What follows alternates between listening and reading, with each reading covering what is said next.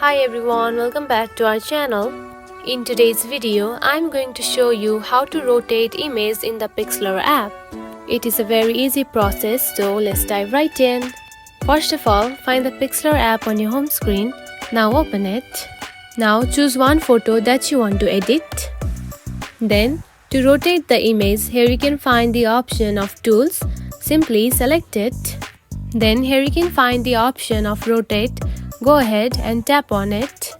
Now to rotate the photo, simply tap on to rotate button right here. Now rotate the photo however you would like to rotate it. And you can also rotate the photo using the slider button right here. You can also rotate it horizontal or vertical.